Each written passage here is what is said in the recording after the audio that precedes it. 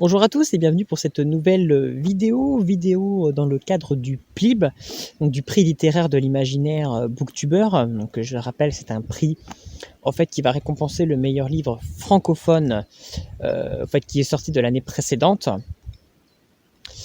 qui est remis en fait par un jury constitué en fait de booktubers, de blogueurs, d'instagrammeurs. Et en fait, il s'était fait en différentes étapes où au début, on a fait une liste au fait, de tous les romans qui ont pu nous plaire francophones sortis dans l'année précédente. Et au fil de différentes étapes de vote, on réduit la liste pour passer, on va dire, d'une centaine de livres à 20 et puis à 5. Et donc, j'ai lu un livre qui faisait partie de la sélection d'origine. Il me semble pas qu'il faisait partie des 20, il me semble pas. J'ai un doute. Mais c'est un livre qui m'inspirait beaucoup, qui est magnifique. Enfin, l'objet livre est magnifique. Il s'agit donc de la Chronique des 5 trônes, dont le premier tome s'appelle Moitié d'âme. Et le premier tome est absolument magnifique. Vous voyez, même la tranche est décorée. On a même un lien doré pour faire marque-page. Enfin, l'objet livre, en fait, c'est chez Gulfstream Éditeur. L'objet livre est absolument somptueux. L'auteur, c'est Antelm Hochkorn. Et vraiment, forcément, quand on voit ce roman en magasin, on n'a qu'une seule envie, c'est de l'acheter. Parce que réellement, l'objet livre est magnifique. Et il faisait donc partie de cette sélection du PLIB 2020.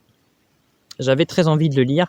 Et puis, il s'est trouvé qu'après, je pense que c'est un livre qui a beaucoup attiré, donc beaucoup de monde l'ont acheté. Beaucoup de monde l'ont lu. Et il s'est trouvé que de plus en plus de critiques sont tombées sur ce livre, me refroidissant sur mon envie de le lire. Beaucoup de critiques sur la lenteur, sur le fait qu'il se passe pas grand-chose, sur la lourdeur d'écriture. Voilà, du coup, j'avais un avis très mitigé et j'allais dans cette lecture finalement à reculons.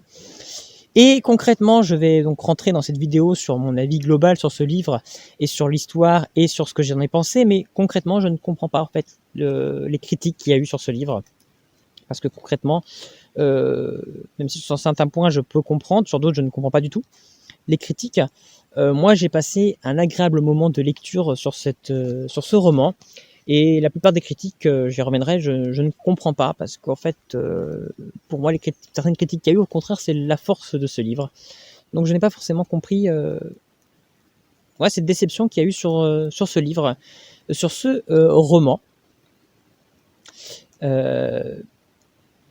C'est vraiment comme quoi, des fois, il ne faut vraiment pas se fier aux avis qu'on peut lire sur Internet, sur les chroniques, sur les blogs, parce que en fait, chacun peut vraiment tout dépend de l'avis forcément de chacun.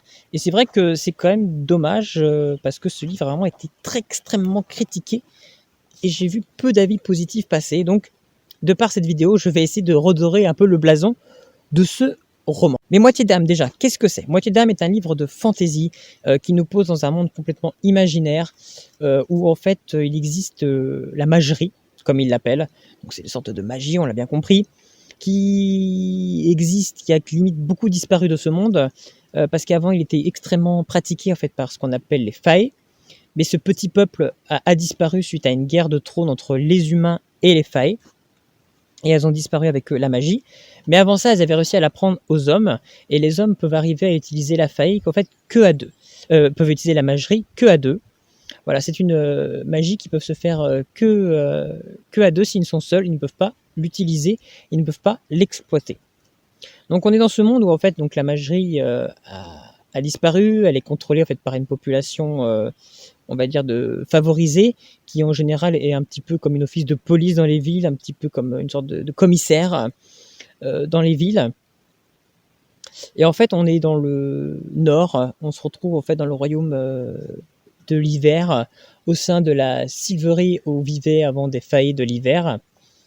Et on suit en fait une grande caravane de roulottes où on va découvrir certains personnages dans cette caravane, en particulier Ludgarde et Rollon, qui se sont rencontrés en fait dans ce royaume de l'hiver et qui en fait sont tombés amoureux l'un de l'autre. Ludgarde voue un amour magnifique à Rollon, et Rollon également en retour aussi à Ludgarde. Et ensemble, en fait, ils peuvent pratiquer la magie ensemble. Mais bizarrement, ils n'y arrivent pas. Ça se passe toujours assez mal quand ils veulent pratiquer la magie ensemble. Il y a quelque chose qui interfère, en fait, dans leur relation. Et en fait, chacun, que ce soit Rollon ou Ludgarde, cache un secret de par leur passé.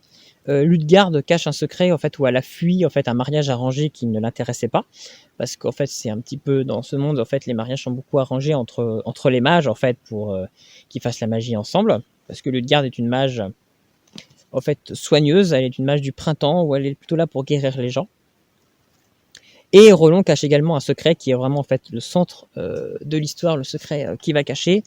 On comprend assez rapidement en fait qu'il a lié un pacte avec la dernière fae de l'hiver, Dame Hall, qui lui a conféré en fait ses pouvoirs. Donc Roland arrive à utiliser de la magie tout seul. Donc on le prend en fait pour un être extraordinaire parce que personne sait qu'il a fait ce pacte. Personne sait que cette fae existe toujours. Donc on le prend pour quelqu'un de surpuissant, alors qu'en fait il cache un secret à tout le monde, et en particulier à la femme qu'il aime, Ludegarde, et Dame Hall qui veut Roland pour elle seule, va mettre en danger Ludegarde et va lui dire, va essayer de l'éliminer, et forcément ça n'a pas forcément plaire à Roland parce que du coup il est tombé amoureux de Ludegarde, même si au final il a cette espèce d'ambiguïté de relation avec cette fae. Il lui a fait des promesses, ils ont un pacte ensemble, donc il est comme pris au piège entre ces pactes, ces promesses, cette envie de pouvoir, cet amour qu'il a. Il va falloir qu'il fasse des choix, des décisions, et tout ça va entraîner en fait ces personnages, cette caravane dans une aventure au fin fond de l'hiver, qui va nous permettre de découvrir le monde qu'a développé Othel Ashcorn dans son roman, et quel destin il va donner à ces deux personnages. Donc voilà, je ne vais pas forcément plus rentrer dans l'histoire parce que l'histoire est malgré tout assez complexe au niveau des personnages. On a vraiment un jeu au niveau de la psychologie des personnages, et qui sont assez torturés, qui sont assez ambigus, qui ne savent pas forcément ce qu'ils veulent faire, et qui sont soumis à des dilemmes. Surtout à la limite, Roland, ce personnage est vraiment torturé et vraiment soumis à des choix compliqués, ou même nous à sa place, on ne sait pas forcément ce qu'on choisirait et quelle est la meilleure solution. Ce qui rend en fait ces personnages extrêmement humains. Vraiment, on a des personnages vraiment profonds et humains qui font des choix en fait d'humains et qui ne font pas en fait des choix de gens parfaits, on va dire. Et c'est ça qui rend le livre vraiment d'autant plus intéressant et prenant. Parce qu'au final, c'est vrai qu'il y avait des critiques comme quoi ce livre, il ne se passe pas grand-chose. Et c'est vrai, au fond, c'est pas forcément avec une grande fantaisie, avec un déballage d'aventure extraordinaire. Mais en fait, tout est basé en fait sur ces personnages, sur les choix qu'ils doivent faire, entraînés en fait dans cette spirale de cette faille qui va les entraîner en fait dans une spirale où ils vont pas savoir comment faire pour s'en sortir. On a quand même des grandes scènes de bataille, on a quand même des grandes scènes où les pouvoirs sont utilisés, donc moi je trouvais ça très intéressant parce que au vu des critiques je ne le pensais pas.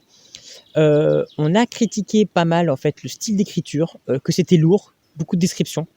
Je n'ai absolument pas trouvé, j'ai trouvé ce livre absolument magnifique au niveau de l'écriture. C'est un livre extrêmement bien construit au niveau de l'écriture, chaque phrase est réfléchie, tout est extrêmement poétique je trouve au niveau de l'écriture, c'est vraiment une sublime plume qu'a Othel Ashcorn. C'est vraiment un travail d'écriture travaillé. On lit beaucoup des fois de romans dans le jeunesse. C'est assez simpliste. Je ne vais pas dire que je pourrais écrire ça demain, mais à la limite, les phrases sont assez simples. Là, on sent que chaque phrase est travaillée. Tout est extrêmement écrit avec finesse et précision. Donc c'est vraiment, moi je trouvais ça vraiment très prenant, très intéressant, et qui rajoute vraiment une touche fantaisie, féerique, poétique à son histoire, et qui donne de la force à son récit complètement.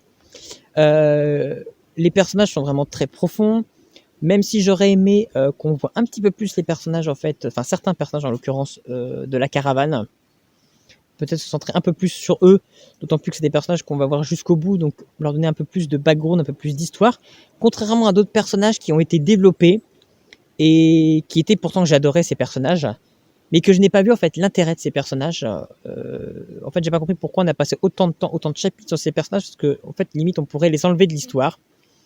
Et je verrais pas de grands changements sur l'intrigue globale de l'histoire. Donc ça, je trouvais dommage parce que c'est des personnages intéressants et que je pensais qu'en fait, qu'il y aurait peut-être un lien sur les tomes suivants. Et finalement non, parce que c'est vrai que c'était une histoire en fait sans trop spoiler, qui a quand même beaucoup de morts. Assez triste malgré tout, tout est possible. On n'est pas sur du merveilleux, ça c'est certain. Et donc ce premier tome a un début et a une fin, donc ce qui m'a aussi interpellé parce que je sais qu'il y a 4 ou 5 tomes de prévus dans cette saga. Donc je ne sais pas vraiment en fait la suite, quelle suite il va y avoir, en fait, s'il y aura vraiment un lien avec ce premier tome. Ce qui fait que je ne sais pas si forcément je lirai la suite parce que du coup, vu qu'il y a un début, une fin, je n'ai pas forcément d'attente pour une suite, ce qui est un peu dommage. Donc je verrai quand le tome 2 sortira en lisant le résumé quelle connexion je peux faire avec le tome 1 parce que en fait, si on s'attache à des personnages qu'on ne retrouve pas forcément par la suite, c'est un peu dommage. Mais peut-être que si, donc voilà, ça dépendra vraiment du résumé du tome 2. Mais c'est vrai que voilà, on peut lire ce tome tout seul en tout cas, parce qu'il y a un début et il y a une fin. Ça nous permet de rentrer un petit peu dans cet univers, de découvrir au fil de ces chapitres un petit peu cet univers sans avoir quelque chose de lourd en fait, au contraire. C'est vraiment très fluide, on apprend au fur et à mesure en fait le passé de cet univers, le background de cet univers et qu'est-ce qui a amené à ce monde d'aujourd'hui, de cet univers qui est vraiment très très intéressant autour de la magie, autour de ces fae, de ce petit peuple et de ces guerres en fait qu'il y a eu entre les hommes et les fae où finalement on se rend compte qu'en fait ça dépend du point de vue auquel on se met. On ne sait pas forcément en fait qui était le gentil, qui était le méchant dans tout ça. Donc c'est plutôt intéressant. Donc c'est vrai que j'ai passé moi un très très bon moment de lecture. Je trouve que c'est très agréable, ça change. Je n'ai pas forcément l'habitude de lire ce genre-là et de cette façon-là. C'est vraiment quelque chose de très classe. On a peu de personnages, mais on arrive à être captivé autour d'eux. Un petit peu comme quand j'avais dit, quand j'avais lu Le Bois sans songe de Laetitia Arnoux, que c'était très fort d'arriver à captiver le lecteur qu'avec 2 personnages. Là, il y a un petit peu plus de personnages, mais on retrouve un petit peu la même logique. On arrive à captiver l'auteur dans une histoire qu'avec 2-3 personnages principaux auxquels le reste va graviter, mais voilà, on est pris dans leur tourment, dans leur choix, de cette histoire d'amour, mais sans tomber dans quelque chose en fait de mièvre, de mielleux, mais quelque chose de pur en fait, et juste de choix en fait par rapport à l'amour qu'on peut ressentir pour une autre personne. D'autant plus avec ce personnage de Roland qui est vraiment très ambigu et que moi j'aurais envie de dire pas forcément qui va à l'encontre de ce qu'on peut lire en fait ailleurs parce que j'ai trouvé certains de ses choix peut-être un petit peu un choix je vais dire de connard par rapport à Ludegarde. C'était mon ressenti vis-à-vis de ce livre que j'ai eu sur ce personnage, même si je peux comprendre effectivement les choix qu'il a fait et c'est ambigu qu'il y a autour de ce personnage qui le rend vraiment encore une fois très très très très humain. Donc si je vous conseille vraiment de découvrir Moitié d'âme, ne pas vous fier aux avis que vous avez pu en négatif parce que chacun peut avoir un avis différent sur ce roman.